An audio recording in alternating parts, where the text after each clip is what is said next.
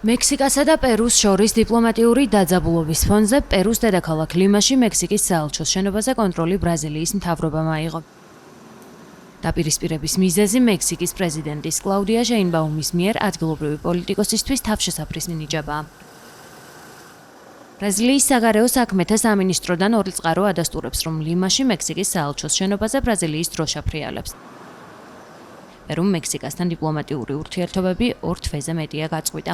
ეს კი მას შემდეგ მოხდა, რაც მექსიკის პრეზიდენტმა თავშესაფარი მისცა პერუს ყოფილ პრემიერ-მინისტრს ბეტსი ჩავესს, რომელსაც აჯანყებისთვის 11 წელზე ხანგრძლივი პატიმრობა ჰქონდა მისჯილი.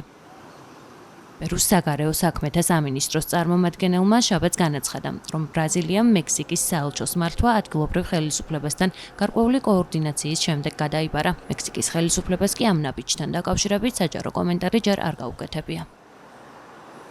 26 წლის ბეტსი ჩავეს თავშესაფარი 3 ნოემბერს მიენიჭა, მას შემდეგ იგი საელჩოში ცხოვრობს და ტერიტორიის დატოვებისთანავე დაპატიმრება ემუქრება. ჩავეს პატიმრობა მიესაჯა ყოფილი პრეზიდენტის პედრო კასტილიოს ინიციატივაში მონაწილეობის გამო, რომლის მიზანიც 2022 წლის 7 დეკემბერს კონგრესის დათხოვნა იყო.